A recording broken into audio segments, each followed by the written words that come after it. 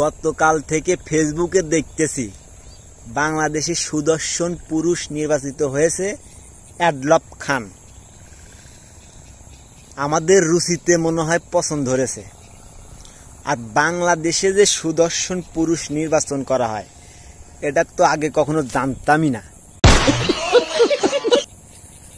আর এই অ্যাডলফ খানকে নাকি সুদর্শন পুরুষ হিসাবে নির্বাচন করা হয়েছে।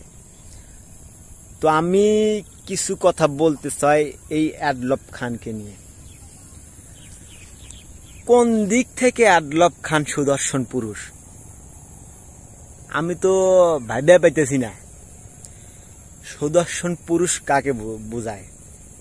সুদর্শন পুরুষ হলো বডি ফিটনেস, সুন্দর চেহারা থাকবে, সুদর্শন ব্যবহার ভালো থাকবে, নম্র ভদ্র, তাকে কিন্তু সুদর্শন বলা যায়। আর এর যে ডগ ডিল পোশাকের সাইজ বাইজ, হাতে আংটি মাংটি, মালা, গলায় মালা টালা, আর হিজড়াদের যে পোশাকের স্টাইল এরকম দেখা যায়। একে কি কেউ সুদর্শন পুরুষ বলবে? আর সেই মানুষই নাকি সুদর্শন পুরুষ হয়েছে নির্বাচিত।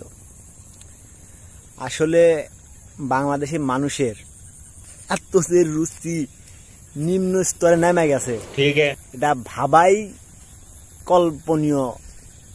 মানে কি বলবো, এত নিচে রুচি নেমে গেছে, হ্যারে নাকি সুদর্শন পুরুষ বানাইছে। বাংলাদেশে কি আর মানুষের অভাব পড়ছিল সুদর্শন পুরুষ নির্বাচন করতে? কথায় কথায় একটা কথা বলি, আচ্ছা, মিজানুর রহমান আজহারির সাথে কি আর যায় কোনোভাবে? আপনারাই বলেন। যদি মিজানুর রহমান আজহারির সাথে আর যায়,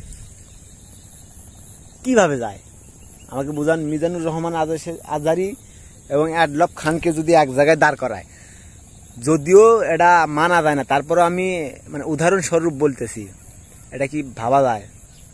মানে এত রুচি যে নিচে নেমে গেছে, এটা কল্পনীয় ভাই।